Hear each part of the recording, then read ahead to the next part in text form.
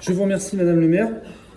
Au sujet de cette DM, il nous apparaît que votre lubie démagogique en matière de logement risque de coûter bien cher à la commune. Bien sûr, en perte de taxes d'aménagement, comme c'est le cas avec les 1,2 million résultant de l'abandon d'un projet de construction constituant l'objet essentiel de cette DM. Sur cette délibération, une seule remarque. Ou bien l'État est devenu fou, ou vous nous avez encore menti au moment du vote du budget primitif. Pour ne pas vous accuser sans preuve, nous vous demandons de demander à notre DGS de présenter au conseil municipal le courrier de l'État notifiant les 1,2 million de remboursements.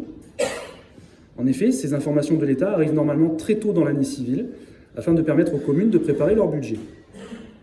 Si ça n'a pas été le cas, nous dénoncerons cette grave faute de l'État qui vous contraint à accroître l'encours de la dette. Mais si, comme nous le pensons, cela a bien été le cas, preuve sera faite de la totale insincérité de votre budget, où vous auriez dû inscrire cette dépense obligatoire, et par voie de conséquence, les 1,45 million d'euros d'emprunt en plus. Et nous serons dans l'obligation, pour la défense de nos concitoyens, de saisir le préfet de cette grave insincérité. Mais votre lubie démagogique quant au logement va vous contraindre à d'autres décisions modificatives, ou en tout cas à des budgets ultérieurs périlleux, avec les futures amendes qui vont être multipliées par l'État pour non-respect de la loi SRU, obligeant la Seine, comme toutes les communes, à se mettre en règle avec les 25% obligatoires de logements sociaux.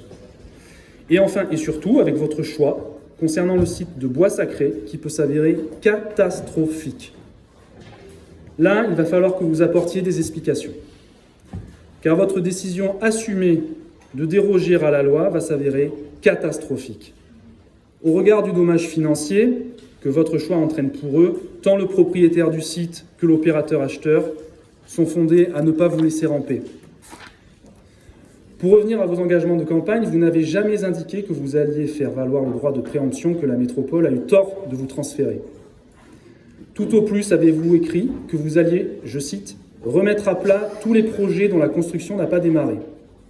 Mais remettre à plat ne peut s'envisager en s'exonérant de la légalité et des risques financiers. Vous avez joué avec le feu, dans votre folle obsession de complaire à quelques-uns de nos concitoyens.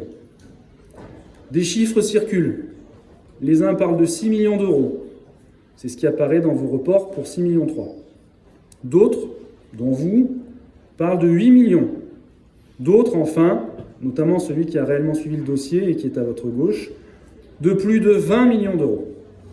6, 8 ou 20, ça fait beaucoup. Et c'est affolant. Au lieu d'inviter les Sénois à manifester à vos côtés en leur laissant croire qu'ils pourront obtenir l'impossible que l'État ne vous accordera jamais, car on n'a jamais vu un préfet ou un ministre d'un État de droit suivre une commune qui revendiquerait l'irrespect dérogatoire de la loi. Vous avez le devoir d'assumer vous-même votre lourde responsabilité et d'annoncer solennellement vos intentions précises, son coût réel estimé au plus juste, et surtout les conséquences prospectives sur les budgets de nombreuses années à venir qui peuvent nous conduire à la faillite.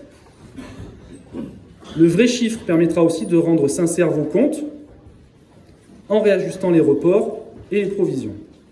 Et c'est d'ailleurs pourquoi, si vous optiez pour persister dans votre dangereux caprice, nous avons suggéré que les Sénois, dûment et précisément informés des risques et des conséquences de votre irresponsabilité, soient appelés à se prononcer par un référendum local citoyen.